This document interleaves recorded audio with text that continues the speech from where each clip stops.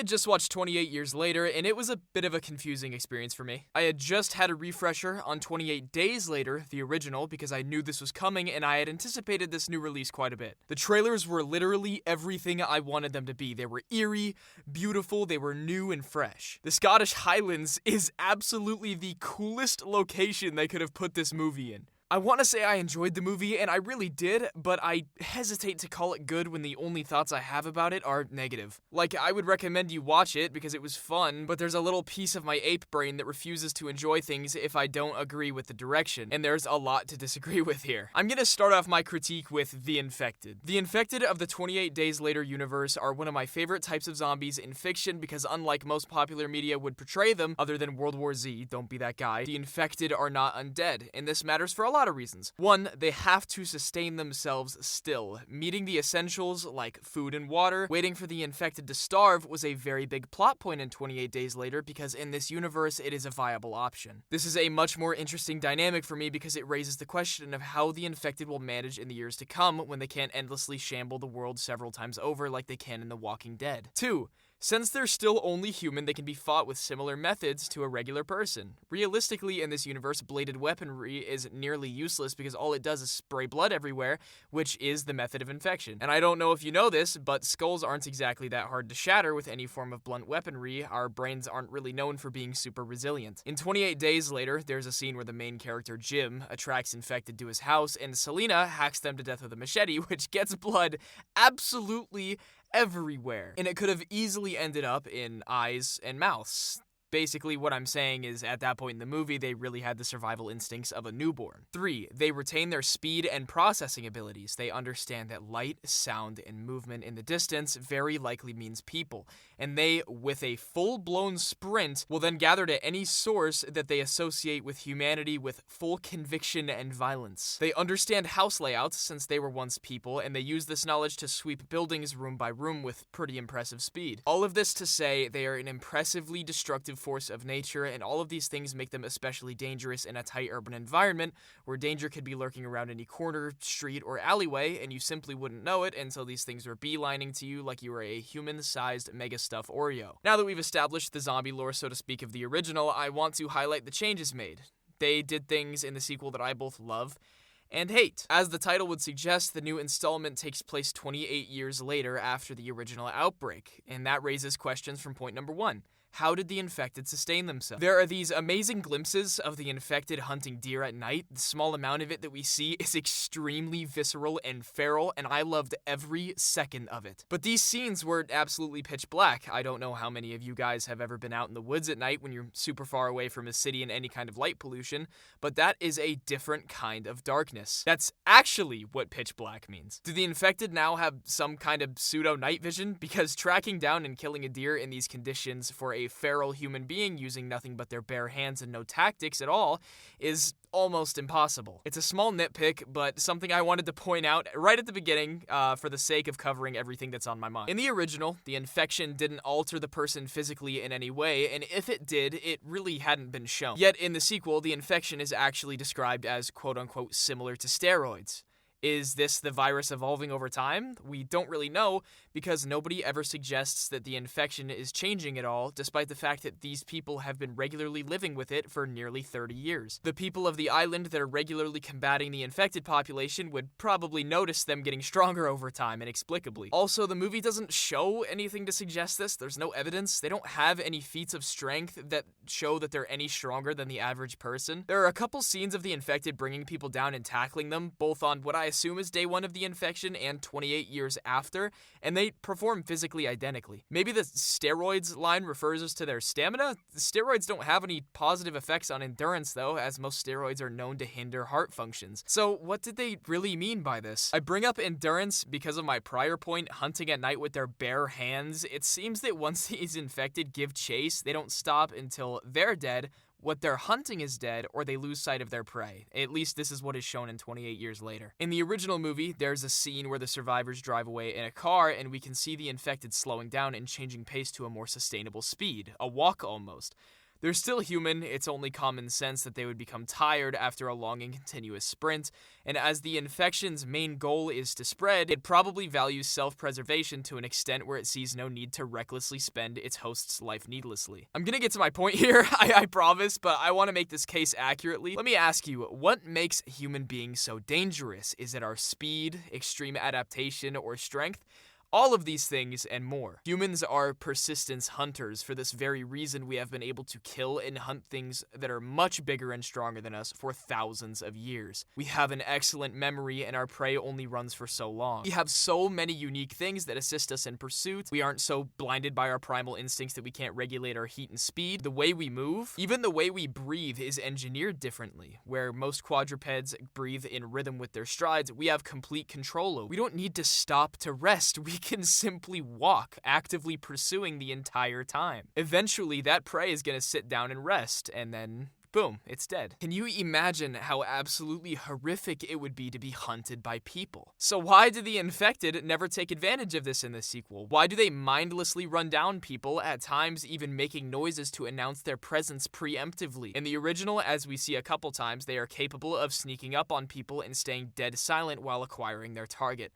Not doing the stereotypical coughing, growling, whatever that is thing to give themselves away. As 28 years later, infected exist, they are never catching anything. Bringing this back to the steroids argument and the hunting argument, humans cannot full sprint run down a deer. You lose that fight 10 times out of 10. My argument being that the sequel's depiction of the infected is fundamentally different to the original. They play by different rules and act differently, and that will become far more apparent later, I promise. At the rate these infected are wasting calories and mindlessly chasing things that are several times faster than them, these guys are starving themselves to death pretty quick. These infected are not following the rules that were set for them, merely being infected humans. You'd think that if the infection were to change, it would be changes to make them more in line with the primitive humans that I had described earlier. Cunning, patient, but they're not. They are dumb, loud, and reckless. If I were to rewrite these zombies, I wouldn't have them doing anything I Am Legend crazy like setting traps or anything, but I would definitely have them stalk and walk down their prey as opposed to the endless stamina sprinting, showing that they are the most horrifying realization of humanity, the ones that will climb any obstacle, traverse any terrain, and disregard any damage to kill you. They have all the time in the world, but you don't. My next complaint, the fat zombies. They have absolutely no reason to exist in the context of the world. If the infection's main goal is to spread itself, how in the world is it efficient in any way to become sub 400 pounds? How did they even get that fat? They can't hunt anything, and the only thing they've ever been seen eating in the movie are worms. I'm sorry, but the only place on Earth where you're getting that obese from serving sizes that small is the good old US of A, not the Scottish Highlands. Come to think of it, almost all of these infected are seen as completely naked, and as mere humans, how are they surviving even a single winter here? There's no way. Side tangent over. These guys can't hunt, and I doubt anyone has ever been infected by them. This could have been a really cool world building opportunity. They could have shown one of the fat ones crawling in an open field, followed slowly by one of the extremely thin starving infected. The starving infected starts to eat the fat one alive, as if the fat one's purpose was just to act as an energy bank. Its focus and job in its life was to eat as much as possible to serve as a large food source for periods of time where the faster infected were unable to find food. That would have given them a purpose and a function, but as for right now, especially in the plot, they are entirely pointless and just serve as free kills. The only time one is actually dangerous is when the protagonist Spike is asleep. Speaking of useless and not making any sense, alphas.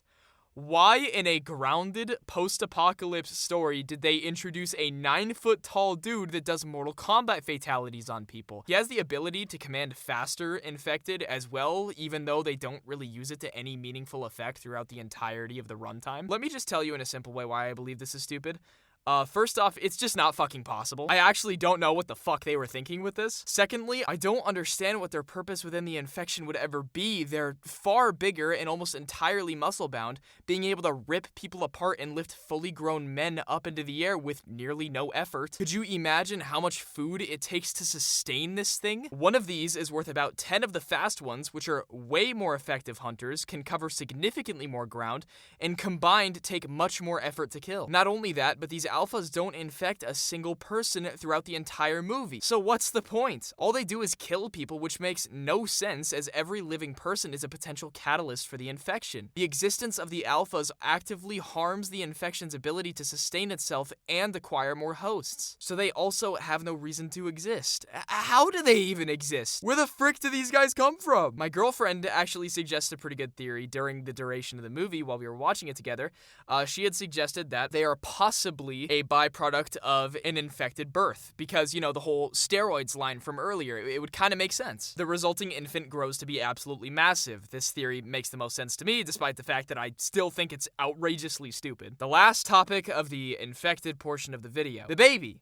The completely unnecessary, weird baby. Born from an infected woman, somehow this baby isn't infected. Let me repeat that. The method of infection for the virus is transmission through blood and saliva, but a baby inside of an infected woman is fine. What? Do the writers think that a baby chills in the womb floating in Sprite cranberry? Body fluid transmission. Come on! I couldn't possibly play up this confusion for laughs. I just don't understand what preem hookah these guys were blasting to write this, direct this, and put it into a final draft with a straight face. I'm 4 pages deep into the script, and I've only talked about one thing, so I gotta move on. I'm gonna assume if you're watching an analysis of the movie, you've seen it, so I'm not gonna do a super in-depth play-by-play or a deep dive. I'm gonna do something uncharacteristic, and I'm going to get straight to my point right away. I don't get it. What was the point of literally any of this? Spike goes out on his first expedition, which is the best part of the movie, by the way. The tension is so well done that I felt physically uncomfortable at times. There are flashes of the community engaging in medieval tactics, maybe even a little bit of cultish themes going on with the whole mask thing. I loved all of it, especially the medieval stuff, showing how they're kind of training similarly to how people used to fend off castle sieges. That was fire. The world regressing in a way was just so cool to see, and this community is built on the end of a land bridge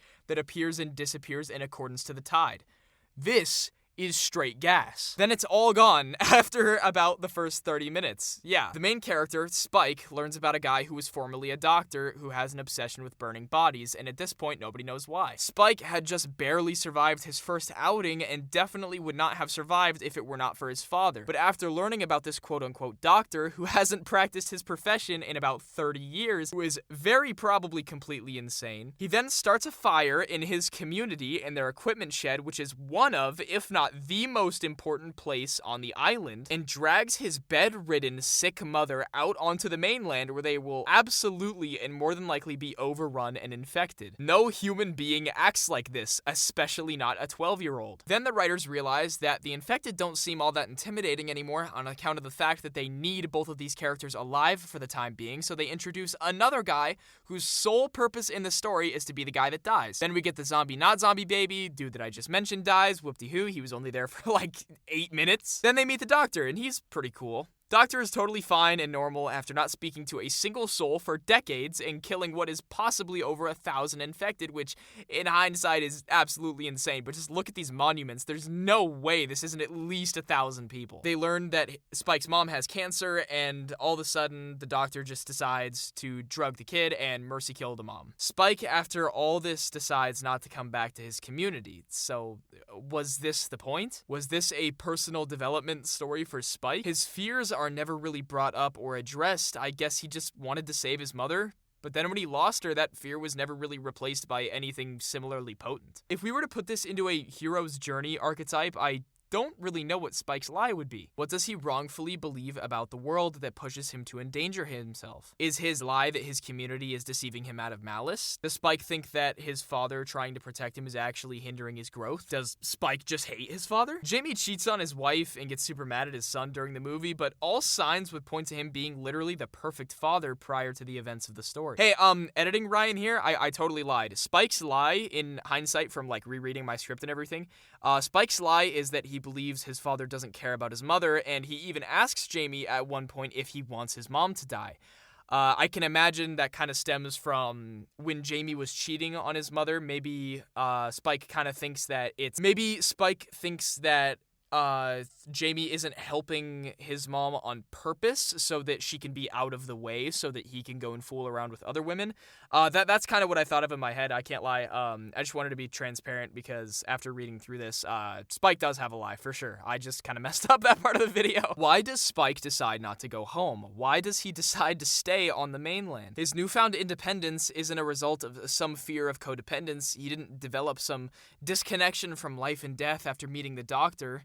He doesn't stay away from people out of fear of a developing connection and losing them. He just grows, which isn't terrible, and I'm not complaining. I actually really love the direction that they're taking his character. Just not all the pieces for him getting there were really together. All I'm saying is that this growth is growth in more of like a runtime sense and not a character sense. The only thing that's really changed about him is his ability to kill without remorse and with impressive aim. As I said, I like Spike. I ended up liking him a ton more than I thought I would by the end of the movie. I just think the film was tearing itself into a ton of different directions. The tone changes several times and the Power Rangers show up. I just take the first quarter of this movie, stretch it out, peak. Take that uncomfortability, take that feeling of being the prey, put us into the shoes of Spike in this unfamiliar world and make us feel his fear. Don't immediately send him back out with his mother and inexplicably make his character more competent. Let us feel his growth through pain and loss. Have his character lose someone as a direct result of his incompetence or inaction, or maybe turn it around. Maybe after a little while he develops an ego, believing that the dangers of the mainland were played out in an attempt to keep the people of the community in fear. I don't think that's a good idea necessarily. I actually don't think it's a good idea at all, but I just wish they did more with Spike rather than pinball machining him around from barely surviving to being completely confident on his own to never really showing any fear again for the rest of the runtime. It's just unnatural. Jim, as a fully grown man, didn't even develop this fast in the original. My critique of the story is less so that a critique, but more so mourning how much better it could have been. So much good was done during the first 30 to 35 minutes just for it all to be thrown away to what I believe is an inferior premise. I don't want to be too crazy harsh because writing is super difficult, and I'm sure they did the best they could with what they had.